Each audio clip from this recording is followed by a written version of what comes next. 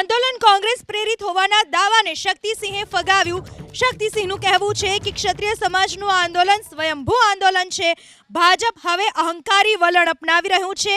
ક્ષત્રિય સમાજ કોંગ્રેસના કહેવાથી આંદોલન કરે, માફી માંગવાના બદલે ભાજપ દમન કરે છે।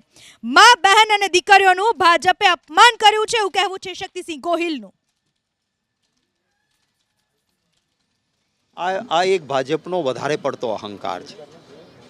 જો અમારા પ્રેરિત આંદોલન છે આવું કહેવું, એ જે ન્યાય માટે, બહેનો દીકરીઓ માટે અવાજ ઉઠાવનાર તમામ વ્યક્તિઓનું, એ બહેનો દીકરીઓનું આ અપમાન છે। શું આ કોઈ અમારા ખિસ્સામાં છે કે કોંગ્રેસના કહેવાથી આટલી બહેનો દીકરીઓ રોડ પર આવી જાય? એમાં ઘણા બધાએ ભાજપમાંથી રાજીનામા આપ્યા છે આ કારણે, ભારતીય જનતા પાર્ટીના અહંકારના કારણે।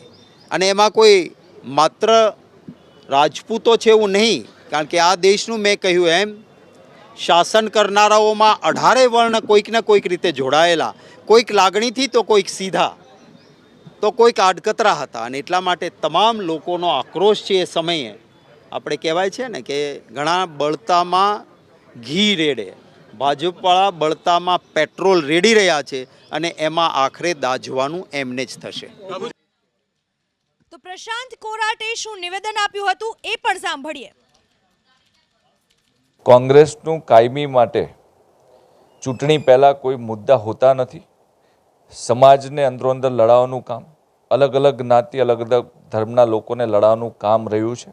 ભારતીય જનતા પાર્ટી હર હંમેશ નાના નાના સમાજોને સાથે લઈને ચાલનારી પાર્ટી છે, ત્યારે કોંગ્રેસના લોકો ચૂંટણી પહેલાં મુદ્દા નથી એટલા માટે થઈને સમાજની અંદર વર્ગ વિગ્રહ પેદા કરવાનું કામ કરતી એવી છે।